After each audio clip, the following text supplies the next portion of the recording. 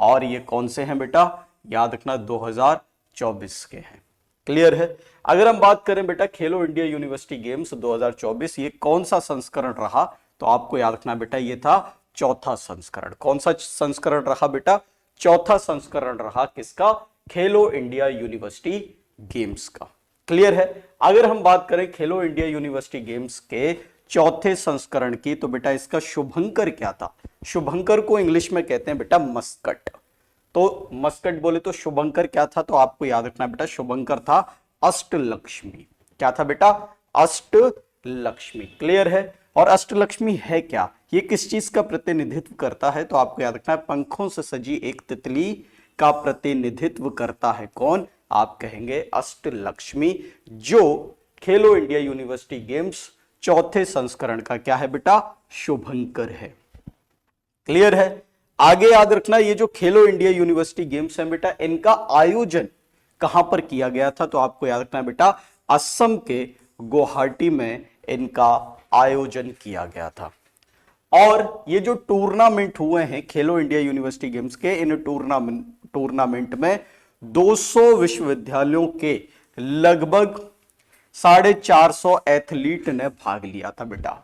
तो याद रखना खेलो इंडिया यूनिवर्सिटी गेम्स में कितने विश्वविद्यालयों के, तो आप कहेंगे 200 विश्वविद्यालयों के लगभग 4,500 एथलीट ने भाग लिया था।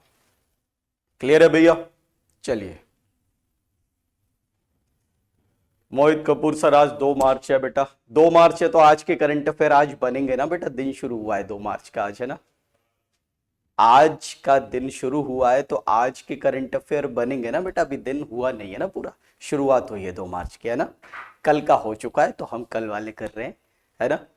आज के करंट अफेयर कल करेंगे क्योंकि आज करंट अफेयर बन जाएंगे बेटा, है ना, क्योंकि अभी तो दिन की शुरुआत है ना। आ जाओ भाई, मैं एकदम अच्छा हूं मोहित कपूर। चलिए भैया, उम्मीद करता हूं आप सभी लोग भी बहुत अच्छे होंगे। आइए भैया, अगर हम बात करें खेलो इंडिया यूनिवर्सिटी गेम्स 2024 के बारे में, तो भैया इसमें पहला स्थान किसने हासिल किया है, तो याद रखना पहला स्थान जो हासिल किया है वो किसने किया है बेटा, चंडीगढ़ यूनिवर्सिटी ने। किसने बेटा, चंडीगढ़ यूनिवर्सिटी जो है खेलो इंडिया यूनिवर्सिटी गेम्स में पहले स्थान पर रही है भैया। कितने स्वर्ण पदकों के साथ, तो आप कहेंगे 32 स्वर्ण पदक के साथ, 18 रजत पदक जीते हैं और 21 कांस्य पदक जीते हैं बेटा, है ना। अगर पदक भूल भी जाओ तो कोई नहीं बेटा, मगर पहला स्थान याद रखना कौन है, चंडीगढ़ यूनिवर्सिटी है बेटा। क्लियर है। आ जाओ भैया, दूसरा स्थान किसने हासिल किया है भाई, दूसरे स्थान पर कौन रहा है, तो आपको याद रखना है लवली प्रोफेशनल यूनिवर्सिटी बेटा। दूसरे स्थान पर कौन रही, आप कहेंगे लवली प्रोफेशनल यूनिवर्सिटी रही। 20 स्वर्ण पदक जीते हैं, 14 रजत पदक जीते हैं और 8 कांस्य पदक जीते हैं लवली प्रोफेशनल यूनिवर्सिटी ने बेटा। क्लियर है। आगे आ जाओ भैया, तीसरे स्थान पर कौन रहा है, तीसरा स्थान किसने हासिल किया है, तो याद रखना बेटा गुरु नानक देव यूनिवर्सिटी तीसरे स्थान पर रही है खेलो इंडिया यूनिवर्सिटी गेम्स में। क्लियर है। 12 स्वर्ण पदक जीते हैं, 20 रजत पदक जीते हैं और 19 कांस्य पदक जीते हैं गुरु नानक देव यूनिवर्सिटी ने बेटा। आखिरी आपको याद रखना है चौथा स्थान, चौथे स्थान पर कौन रहा है, तो आपको याद रखना बेटा पंजाब यूनिवर्सिटी रही है। 12 स्वर्ण पदक जीते हैं, 12 रजत पदक जीते हैं और 16 कांस्य पदक जीते हैं। क्लियर है भाई। जितनी चीजें आपको बताई जाएंगी केवल उतना ही आपको याद रखना है, ये बात आप गांठ बांध लीजिए बेटा। क्लियर है।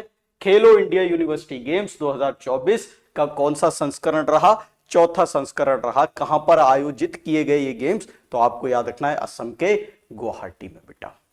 क्लियर है। पहले स्थान पर कौन है, चंडीगढ़ यूनिवर्सिटी, दूसरे स्थान पर लवली प्रोफेशनल यूनिवर्सिटी, तीसरे स्थान पर गुरु नानक देव यूनिवर्सिटी और चौथे स्थान पर रही है बेटा Punjab university.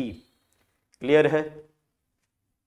Uma Pandey good morning बेटा, विकास जय Shri Ram, Vandana Yadav good morning, Munesh Yadav good morning बेटा। चलिए आइए भैया आगे चलते हैं।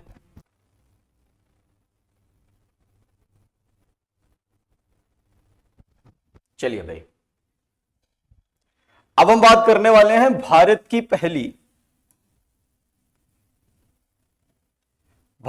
पहली हाइड्रोजन संचालित फेरी के बारे में बेटा।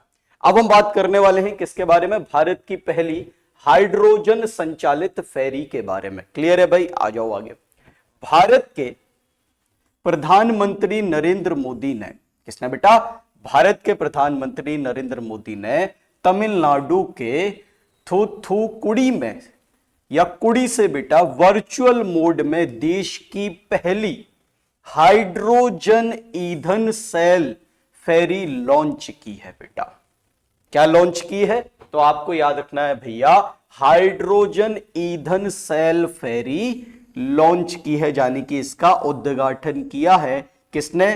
भारत के प्रधानमंत्री नरेंद्र मोदी ने। कहां से उद्घाटन किया है? तो तमिलनाडु के थूथुकुडी से उद्घाटन किया है बेटा। कैसे मोड में? तो आप कहेंगे वर्चुअल मोड में। वर्चुअल का मतलब होता है वीडियो कॉन्फ्रेंसिंग के माध्यम से बेटा। किसके माध्यम से? वीडियो कॉन्फ्रेंसिंग के माध्यम से बेटा, है ना। अब ये क्या है? फेरी क्या है? तो आपको याद रखना है बेटा, फेरी क्या है? जहाज है भाई। क्या है? जहाज।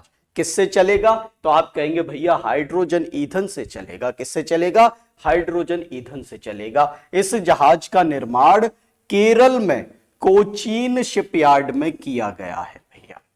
ये जो फेरी है ना, बेसिकली जहाज है पानी का भैया। इसका निर्माण कहां पर किया गया है? तो केरल में कोचीन शिपयार्ड में किया गया है भैया। क्लियर है? वंदना यादव सर, यूपीपी का क्लास कब से स्टार्ट होगा? बेटा आज से स्टार्ट होगा, है ना। हम कल से आपको बता रहे हैं कि आज से क्लास स्टार्ट होंगी। कल से सारी क्लासेस को शेड्यूल कर दिया गया था यूट्यूब पर ही, है ना। आपने शायद देखा नहीं बेटा। इशिका पटेल, हेलो बेटा, आ जाओ, है ना। यह है जहाज 24 मीटर का कैटामरन है भैया। क्या है? 24 मीटर का कैटामरन है, जो पूरी तरह से वातानुकूलित यात्री स्थान के साथ 50 यात्रियों को ले जा सकता है। फुली एयर कंडीशनर है भैया, और 50 यात्रियों की बैठने की इसमें सुविधा है। क्लियर है? आगे आ जाओ भैया। इस जहाज का उपयोग उत्तर प्रदेश के वाराणसी में सेवा के लिए किया जाएगा। उद्घाटन कहां पर हुआ है? आप कहेंगे उद्घाटन हुआ है बेटा तमिलनाडु में। उद्घाटन कहां पर हुआ इस जहाज का? तमिलनाडु में। मगर सेवा कहां पर देगा? उत्तर प्रदेश में। उत्तर प्रदेश में कहां? वाराणसी में बेटा, याद रखना। क्लियर है? यह फेरी बोले तो जहाज, यह फेरी जल्द ही काशी की गंगा नदी में चलेगी बेटा। काशी वाराणसी में ही है काशी, और काशी में कौन सी नदी? गंगा नदी। और गंगा नदी में बेटा ये जो फेरी है, ये जो जहाज है, ये चलाया जाएगा। क्लियर है? आगे आ जाओ भैया। हरित हाइड्रोजन से चलने वाली यह नौका शून्य कार्बन उत्सर्जन करती है। क्या करती है भैया? शून्य कार्बन उत्सर्जन करती है, यानी कि 0% कार्बन उत्सर्जन करती है भाई। क्लियर है? क्यों कर रही है 0% कार्बन उत्सर्जन? क्योंकि भैया हाइड्रोजन से चल रही है। क्लियर है? और शोर किए बगैर चलती है, यानी कि भैया शोर भी नहीं करती है, नॉइज पॉल्यूशन भी नहीं करती है। भारत ने वर्ष 2070 तक शुद्ध शून्य उत्सर्जन हासिल करने का लक्ष्य रखा है बेटा। ये वर्ष भी याद रखना, आपकी परीक्षा के लिए बहुत ज्यादा महत्वपूर्ण है। क्लियर है भाई? तो प्रश्न कैसे पूछा जाएगा? प्रश्न पूछा जाएगा कि बताओ भैया भारत की पहली हाइड्रोजन संचालित फेरी का उद्घाटन किसने और कहां पर किया है? तो भारत के प्रधानमंत्री नरेंद्र मोदी जी ने किया है, तमिलनाडु में किया है। क्लियर है भैया? कोई दिक्कत तो नहीं है। ये सेवा कहां पर देगी फेरी, यानी कि जहाज? तो आप कहेंगे उत्तर प्रदेश के वाराणसी में। वाराणसी में काशी है, काशी में गंगा नदी है, और गंगा नदी में ये चलेगी बेटा। क्लियर है? आगे आ जाओ, आगे चलते हैं भैया। आइए भाई, अब हम बात करने वाले हैं किसके बारे में? ए एम खानविलकर के बारे में बेटा। किसके बारे में? ए एम खानविलकर के बारे में बेटा। चलिए, ये बहुत ज्यादा आजकल बेटा चर्चा में है। क्यों चर्चा में है? आ जाइए भैया, देख लेते हैं। चलिए भैया, आइए भैया। राष्ट्रपति द्रौपदी मुर्मू ने सर्वोच्च न्यायालय के पूर्व न्यायाधीश अजय माणिक राव खानविलकर को, भैया किसको?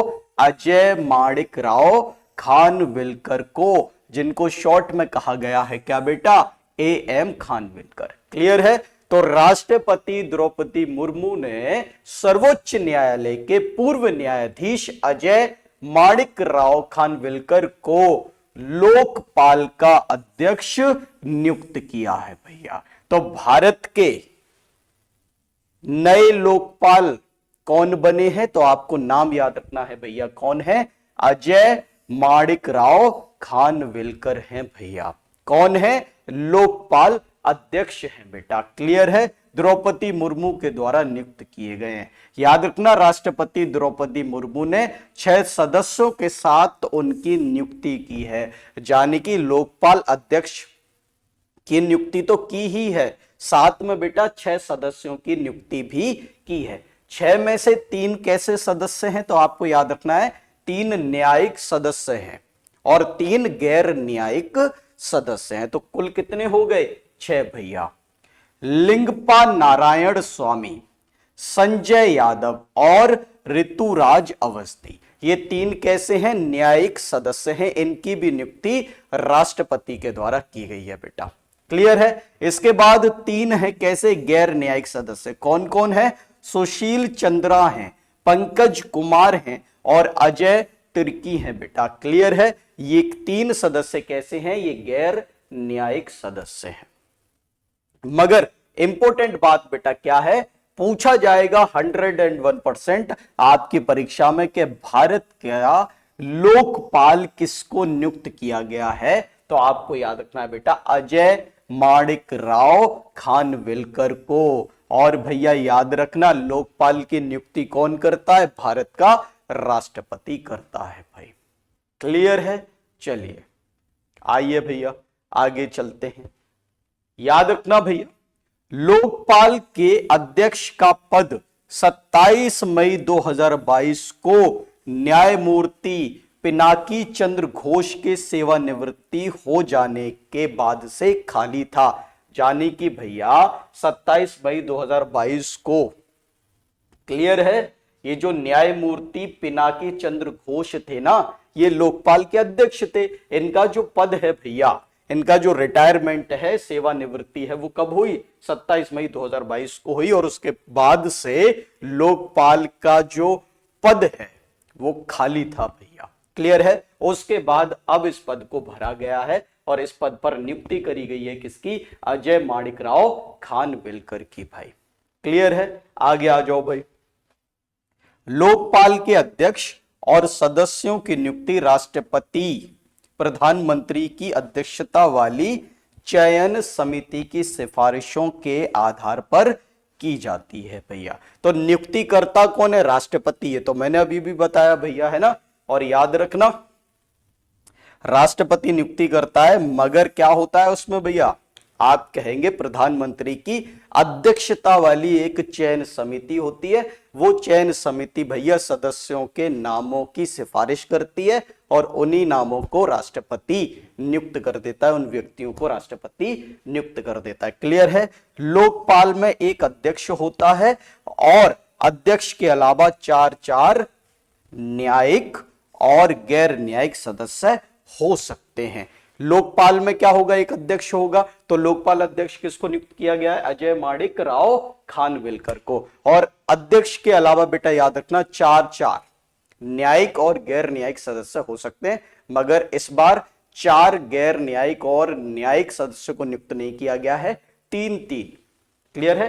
देख रहे हो ना, 3 न्यायिक सदस्य नियुक्त किए गए हैं और 3 गैर न्यायिक सदस्य नियुक्त किए गए हैं। आइए भैया आगे चलते हैं। यहां तक क्लियर है भाई? अगर क्लियर हो जाया करे ना तो कमेंट कर दिया करो। चलो भैया जल्दी से कमेंट करके बताएंगे कि यहां तक चीजें क्लियर हैं या नहीं है भैया। चलिए जब तक मैं आपके कमेंट पढ़ लेता हूं भाई।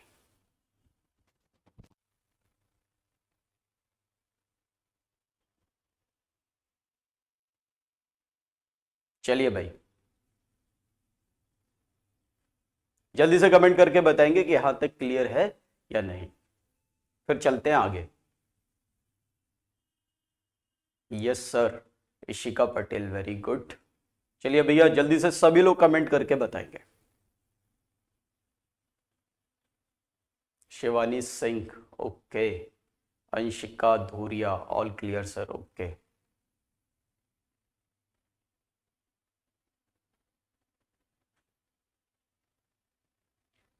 अयंश राज, बेटा पढ़ना है तो फिर कोर्स तो लेना ही पड़ेगा, है ना। और कोर्स की एक क्या होती है, फीस होती है बेटा।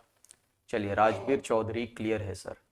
मोहित कपूर यस सर। मनोज रेस सर, चलिए भाई यस सर क्लियर है। प्रमोद कुमार क्लियर है। आ जाओ भाई, वेरी गुड। चलिए ऐसे ही हर बार कमेंट कर दिया करो, है ना। चलिए भाई आगे चलें। चलिए भाई अब हम बात करने वाले हैं भैया विश्व की पहली वैदिक घड़ी के बारे में, और इसका भैया हाल फिलहाल में क्या किया गया है, उद्घाटन किया गया है। तो विश्व की पहली वैदिक घड़ी का क्या किया गया है भैया, हाल फिलहाल में उद्घाटन किया गया है। और उद्घाटन किया किसने है, तो याद रखना भैया प्रधानमंत्री नरेंद्र मोदी ने वर्चुअल माध्यम से, बोले तो वीडियो कॉन्फ्रेंसिंग के माध्यम से मध्य प्रदेश के उज्जैन में एक वैदिक घड़ी का उद्घाटन किया है भैया।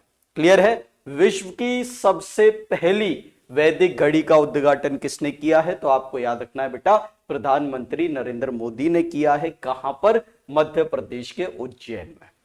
क्लियर है भैया? याद रखना यह विश्व की पहली वैदिक घड़ी है भैया। क्या है? विश्व की पहली वैदिक घड़ी है। यह घड़ी उज्जैन के जंतर मंतर क्षेत्र में भैया, कहां पर? यह घड़ी उज्जैन के जंतर मंतर क्षेत्र में सरकारी जीवाजी वेधशाला के करीब बने 85 फुट ऊंचे टावर पर स्थापित की गई है भैया। कहां पर स्थापित की गई है, तो याद रखना उज्जैन के जंतर मंतर जो क्षेत्र पड़ता है उस क्षेत्र में क्या है भैया, सरकारी जीवाजी वेधशाला के करीब एक 85 फुट ऊंचा टावर है, उसी पर स्थापित की गई है विश्व की पहली वैदिक घड़ी भाई। क्लियर है? आ जाओ भैया। यह घड़ी वैदिक हिंदू पंचांग, ग्रहों की स्थिति, मुहूर्त, ज्योतिषीय गणना और भविष्यवाणियों के बारे में जानकारी प्रदर्शित करेगी भाई। यह घड़ी भारतीय मानक समय और ग्रीनविच मानक समय भी दर्शाएगी। क्लियर है भैया? तो याद रखना पूछी जाएगी, 101% पूछी जाएगी कि विश्व की पहली वैदिक घड़ी का उद्घाटन किसने और कहां पर किया है। नरेंद्र मोदी जी ने किया है, मध्य प्रदेश के उज्जैन में किया है। क्लियर है भैया? आ जाओ आगे चलते हैं।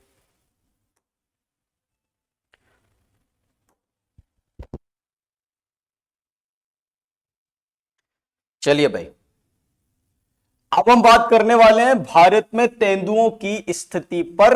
जो रिपोर्ट आई है उस पर अब हम बात करने वाले हैं बेटा, है ना। तो याद रखना हाल फिलहाल में भैया भारत में तेंदुओं की स्थिति पर एक रिपोर्ट पेश की गई है। और रिपोर्ट किसने भैया पेश की है, किसने जारी की है, तो याद रखना केंद्रीय पर्यावरण वन एवं जलवायु परिवर्तन मंत्री भूपेंद्र यादव ने भारत में तेंदुओं की स्थिति पर रिपोर्ट जारी की है भैया। किसने की है, तो याद रखना भैया केंद्रीय पर्यावरण वन एवं जलवायु परिवर्तन मंत्री कौन है, भूपेंद्र यादव हैं। और इन्हीं ने भैया तेंदुओं पर एक रिपोर्ट जारी करी है। क्लियर है? याद रखना रिपोर्ट के अनुसार भारत में तेंदुओं की अनुमानित संख्या 2022 में बढ़कर भैया कितनी हो गई है? आप कहेंगे भैया 13,874 हो गई है। क्लियर है भैया? 13,874 हो गई है भारत में तेंदुओं की अनुमानित संख्या वर्ष 2022 में। क्लियर है भैया? अगर हम बात करें 2018 में कितनी थी, तो आपको याद रखना है भैया 2018 में थी 12,852। क्लियर है? यह बात आपको याद रखनी है। अगर हम बात करें भैया तेंदुओं की सबसे अधिक आबादी किस राज्य में है भाई? तेंदुओं की सबसे अधिक आबादी किस राज्य में है? तो याद रखना भैया सबसे ज्यादा आबादी है कहां पर? मध्य प्रदेश में भैया। कितनी है? आप कहेंगे भैया 3,907 तेंदुए हैं। किस राज्य में? मध्य प्रदेश में सबसे अधिक आबादी है भैया। क्लियर है? कहां पर? एमपी में। तो एमपी में, एमपी बोले तो मध्य प्रदेश। क्लियर है? एमपी में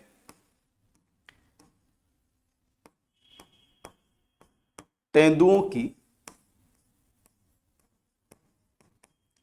सबसे अधिक आबादी है, आबादी है बेटा। क्लियर है? याद रखना, इसलिए मध्य प्रदेश को सबसे ऊपर रखा गया है भैया, है ना।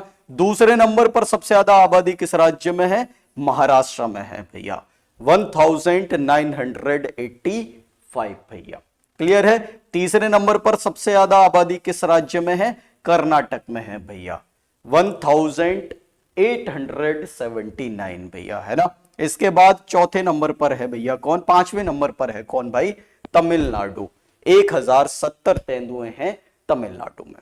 क्लियर है? तो पहले स्थान पर है मध्य प्रदेश, दूसरे स्थान पर है भैया महाराष्ट्र, तीसरे स्थान पर है, अच्छा मैं गलत बोल गया यहां पर थोड़ा सा, है ना। हाँ, पांचवें पर नहीं रहेगा तमिलनाडु बेटा, चौथे पर रहेगा ना। और तीसरे पर है कर्नाटक और चौथे पर है बेटा तमिलनाडु। ये बात आपको याद रखनी है। क्लियर है? आ जाओ भैया आगे चलते हैं।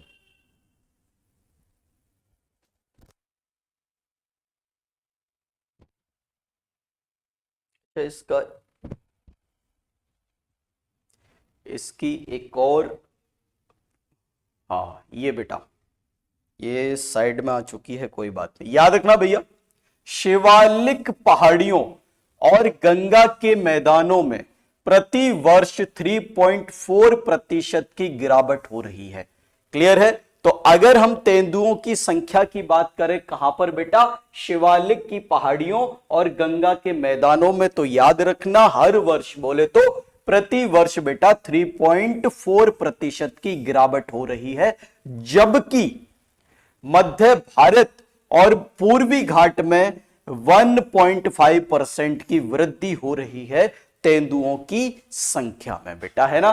तो याद रखना शिवालिक पहाड़ी और गंगा के मैदानों में तेंदुओं की जो वृद्धि है भैया वो क्या हो रही है? आप कहेंगे घट रही है। कितने प्रतिशत से? आप कहेंगे 3.4% से, जबकि मध्य भारत और पूर्वी घाट में 1.5% से वृद्धि हो रही है तेंदुओं की संख्या में बेटा, है ना। तेंदुओं की गिनती के समय हिमालय और देश के अर्ध शुष्क हिस्सों का नमूना नहीं लिया गया है भैया। क्यों नहीं लिया गया है? क्योंकि यहां बाघों का निवास स्थान नहीं है। तो जहां पर बाघों का निवास स्थान नहीं है वहां पर सैंपल्स, नमूने इकट्ठे नहीं किए गए। कहां पर भैया? आप कहेंगे हिमालय और अर्ध शुष्क भारत के जो हिस्से हैं बेटा। क्लियर है? आ जाओ नेक्स्ट देखते हैं भाई। चलिए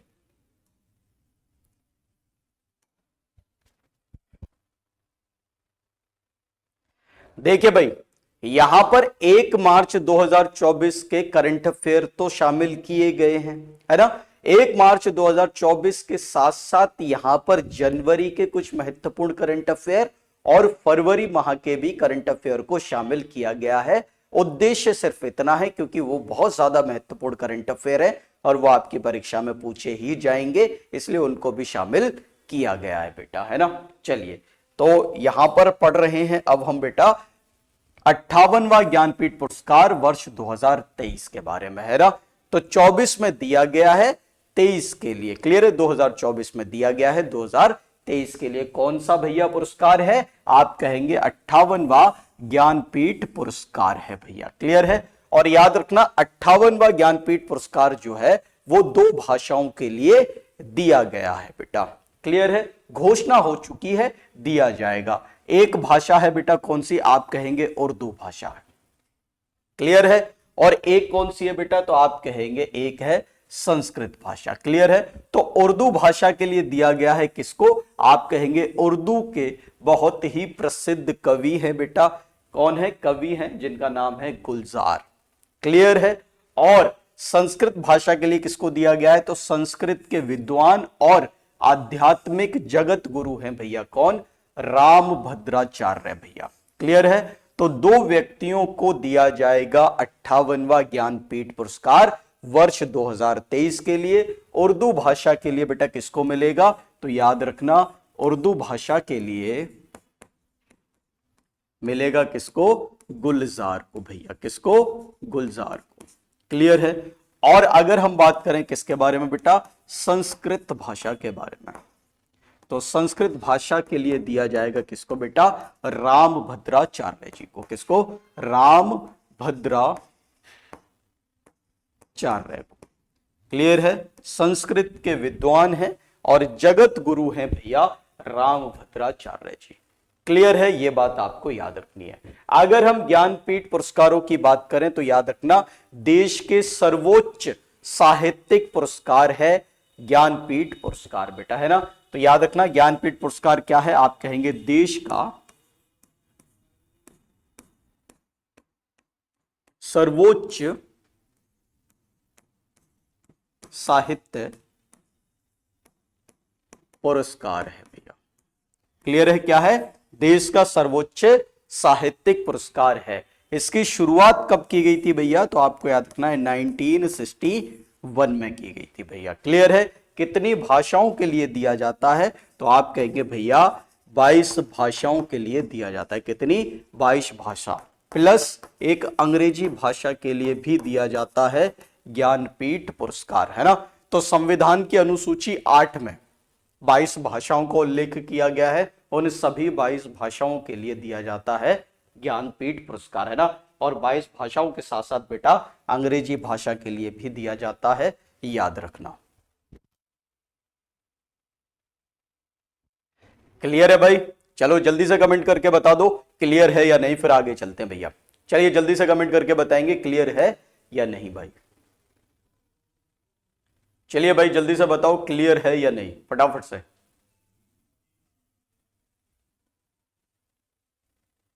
जल्दी से कमेंट करके बताएंगे क्लियर है या नहीं भाई।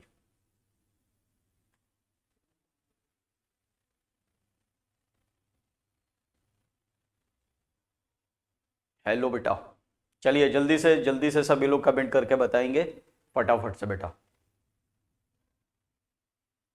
क्लियर है, okay okay okay, very good.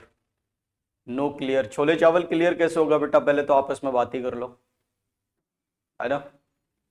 आपस में बात कर लो, मैसेज टाइप कर लो, फिर मैसेज को डिलीट कर लो, है ना।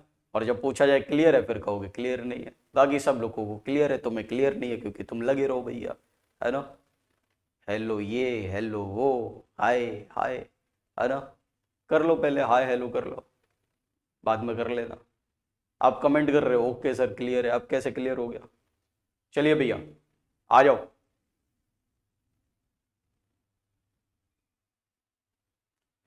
मोहित कपूर सर, रामभद्राचार्य जी को ज्ञानपीठ पुरस्कार क्यों दिया गया है बेटा, इसलिए दिया गया है क्योंकि ये संस्कृत के बेटा बहुत बड़े विद्वान हैं और इन्होंने संस्कृत भाषा में कई सारी रचनाएं की हैं बेटा, इसलिए इनको दिया गया है क्या, ज्ञानपीठ पुरस्कार, क्लियर है। हंस लो बेटा छोले चावल, हंस लो हंस लो। चलो भाई क्लियर है, मोहित कपूर आ जाइए भैया, आगे चलते हैं। चलिए भैया आ जाओ।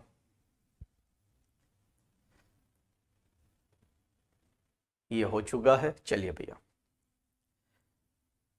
सुनील मित्तल को नाइटहुड उपाधि भैया, तो हाल फिलहाल में नाइटहुड की उपाधि दी गई है किसको? सुनील मित्तल को भैया। किसको? सुनील मित्तल को। क्लियर है? भारती इंटरप्राइजेस के संस्थापक और अध्यक्ष कौन है भैया? सुनील भारती मित्तल हैं। और इनको भैया किंग चार्ल्स तृतीय के द्वारा, किसके द्वारा? किंग चार्ल्स तृतीय के द्वारा नाइटहुड की उपाधि प्राप्त करने वाले भैया पहले भारतीय नागरिक बने हैं। कौन? तो याद रखना, ये जो सुनील भारती मित्तल है ना भैया, पहले तो याद रखना कौन है, तो आप कहेंगे ये भारतीय इंटरप्राइजेस के संस्थापक और अध्यक्ष हैं भैया। क्लियर है? इनको किंग चार्ल्स तृतीय के द्वारा भैया क्या मिली है? नाइटहुड की उपाधि मिली है। और याद रखना भैया, ये पहले भारतीय नागरिक बन गए हैं जिनको किंग चार्ल्स तृतीय के द्वारा नाइटहुड की उपाधि दी गई है भैया। क्लियर है? यह उपाधि उन्हें भारत और ब्रिटेन के बीच व्यापारिक संबंधों को मजबूती प्रदान करने में उनके योगदान के लिए दी गई है भाई। क्लियर है? यह पुरस्कार मित्तल को नाइट कमांडर की उपाधि प्रदान करता है भैया। तो नाइटहुड की उपाधि में क्या मिलेगा? तो आप कहेंगे नाइट कमांडर की उपाधि भी मिलेगी भैया, जो ब्रिटिश साम्राज्य का सबसे प्रतिष्ठित पुरस्कार है भैया। क्या है? जो ब्रिटिश साम्राज्य का सबसे प्रतिष्ठित पुरस्कार है, यह बात आपको याद रखनी है। क्लियर है भैया?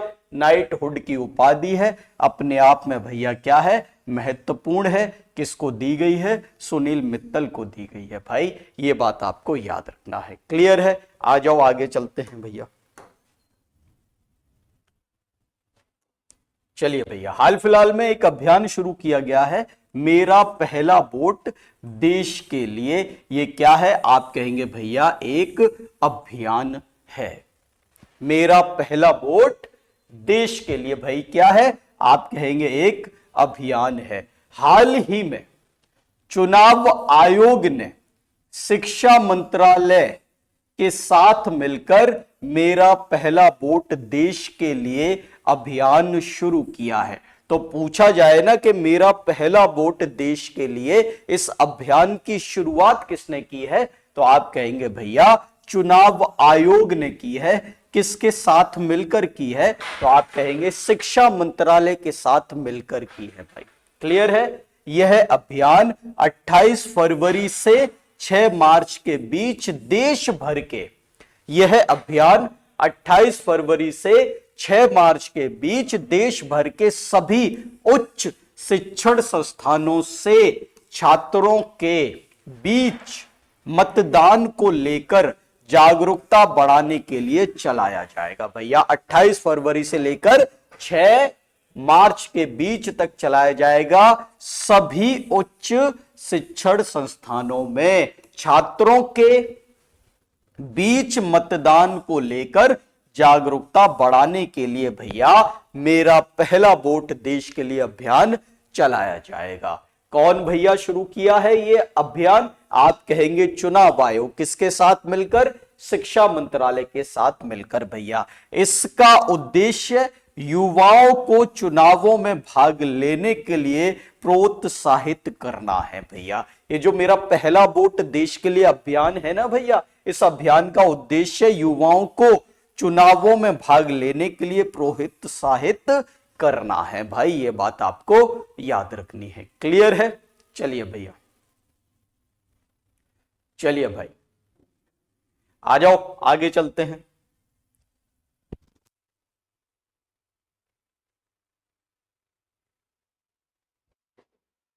आगे है भैया बायो एशिया सम्मेलन 2024 भैया। बायो एशिया सम्मेलन 2024। और ये जो 2024 में बायो एशिया का जो सम्मेलन हुआ, ये कौन सा संस्करण रहा है?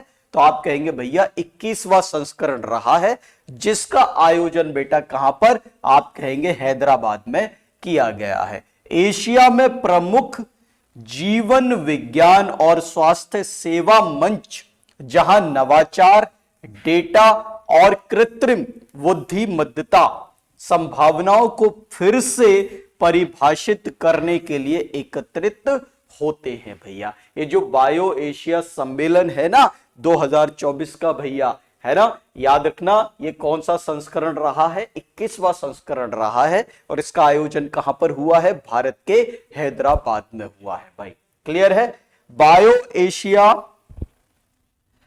क्लियर है भैया? ये जो बायो एशिया का क्या हुआ है भैया, सम्मेलन हुआ है, याद रखना बायो एशिया सम्मेलन देश में प्रमुख जीवन विज्ञान और स्वास्थ्य देखभाल सम्मेलनों में से एक है, जिसमें जीवन विज्ञान क्षेत्र में नवीनतम विकास अवसरों और चुनौतियों पर गहन विचार विमर्श किया गया है भैया। ये जो बायो एशिया सम्मेलन हुआ है ना भैया वर्ष 2024 में, कहां पर, भारत के हैदराबाद में, इसमें क्या हुआ है, तो आप कहेंगे इसमें जीवन विज्ञान क्षेत्र में नवीनतम विकास अवसरों और चुनौतियों पर गहन विचार विमर्श किया गया है भाई।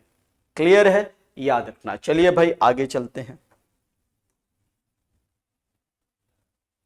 चलिए आगे है भैया 69वें फिल्म फेयर पुरस्कार 2024 भैया। देखो 24 में दिए गए हैं, मगर है किसके लिए, वर्ष 2023 के लिए, क्योंकि 24 तो अभी चल रहा है ना भैया, तो दिए गए वर्ष 2024 में है, मगर कब के लिए है, वर्ष 2023 के लिए है भाई, है ना, ये बात आपको याद रखनी है। आ जाओ भैया, अगर हम बात करें 69वें फिल्म फेयर पुरस्कारों के बारे में, तो इनका आयोजन बेटा भारत के राज्य गुजरात में किया गया है। कहां पर किया गया है, भारत के गुजरात राज्य में किया गया है बेटा, है ना। अगर बात करें 69वें फिल्म फेयर पुरस्कार में सर्वश्रेष्ठ फिल्म का पुरस्कार किसको मिला है, तो आप कहेंगे भैया 12th फेल फिल्म को मिला है भैया। क्लियर है? तो 12th फेल फिल्म को सर्वश्रेष्ठ फिल्म का पुरस्कार दिया गया है भैया, है ना। सर्वश्रेष्ठ निर्देशक का पुरस्कार किसको मिला है, विधु विनोद चोपड़ा को मिला है 12th फेल के लिए भैया। मुख्य भूमिका में सर्वश्रेष्ठ अभिनेता का पुरस्कार रणवीर कपूर को मिला है एनिमल के लिए। मुख्य भूमिका में सर्वश्रेष्ठ अभिनेत्री का पुरस्कार मिला है आलिया भट्ट को रॉकी और रानी की प्रेम कहानी के लिए बेटा। क्लियर है?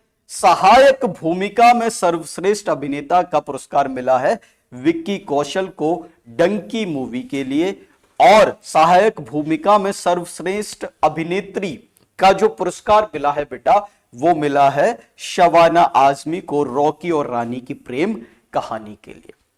अगर यहीं पर हम बात करें 69वें फिल्म फेयर पुरस्कारों में, ये जो लाइफ टाइम अचीवमेंट पुरस्कार है, ये किसको दिया गया है, तो याद रखना बेटा डेविड धवन को दिया गया है लाइफ टाइम अचीवमेंट पुरस्कार।